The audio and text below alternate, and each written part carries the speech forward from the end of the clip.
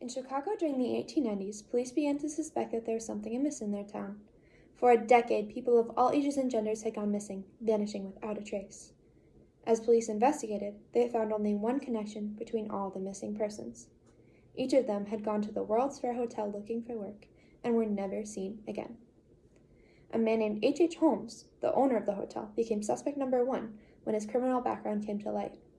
It turns out Holmes had been luring people in need of work to his hotel and then murdering them in order to steal their valuables. H.H. Holmes and his so-called murder castle would become infamous in Chicago, and the morbid fascination of onlookers would generate the age-old question that is still asked today. Why does someone become a serial killer? I've always been fascinated by this question, and like many before me, I will attempt to answer it using what motivates serial killers and their precursing psychology. First, let's tackle why serial killers do what they do, aka motives. Despite popular belief, there are many motives for serial killers besides sexual gratification. We can usually fit these motives into three categories: sexual gratification, financial gain, and attention. According to the University of Michigan, about 92% of serial killers are male, while only 8% are female. This same study found that 70% of female serial killers are motivated by financial gain, while only 20% of men kill for the money. Based on these statistics, we can infer that men are much more likely to be motivated by sexual gratification or attention. Most men are motivated by sexual gratification. This simply means that they cannot manage to get a sexual release without some sort of violence involved. A man named John Wayne Gacy killed more than 30 young boys in the 1970s while dressed up as a clown simply because he was attracted to them. Gacy fits into a subcategory of serial killers with sexual motives known as sadists. Sadists not only get off on the act of murder itself, but also on torturing and inflicting as much pain on their victims as possible. People who murder for financial gain are almost the exact opposite.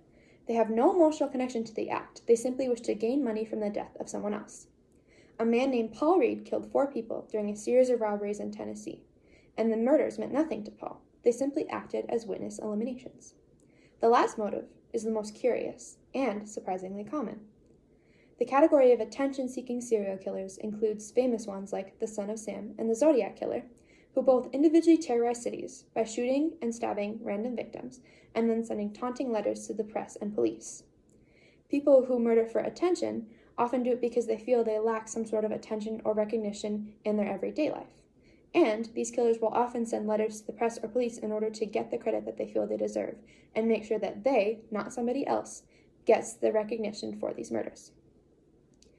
No matter the motive, serial killers all murder because they believe it is the best way to get something that they want, whether that's sexual release, money, or attention.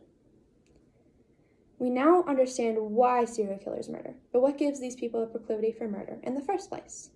Psychology Today debriefed a study done by a neurologist named Dr. Fallon.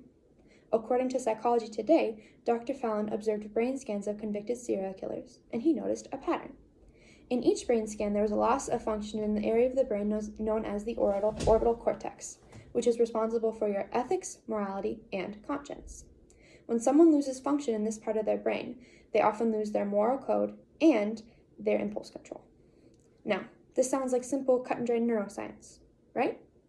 Well, it becomes a little bit more complicated when we consider that Dr. Fallon found the same abnormal orbital cortex anomaly in himself. Turns out, many people have this abnormal brain function in their orbital cortex and do not become serial killers. This leads scientists to believe that brain function acts only as a seed, or a part of what makes someone a serial killer.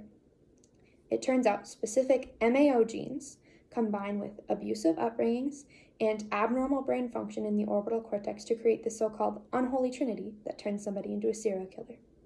People with this deadly combination are more likely to devalue human life and to be more aggressive as they grew up in aggression. Because both nature and nurture need to be involved in order to create a serial killer, they are really a 1 in a million chance. Just like the people of Chicago during the 1890s, we are still fascinated with serial killers today. But according to an FBI report from 2018 on serial murder, less than 1% of murders committed in a given year are committed by serial killers. So I suggest we focus less on the gruesome acts themselves and more on the reasons behind them so that we can further prevent these acts in the future. Thank you for listening.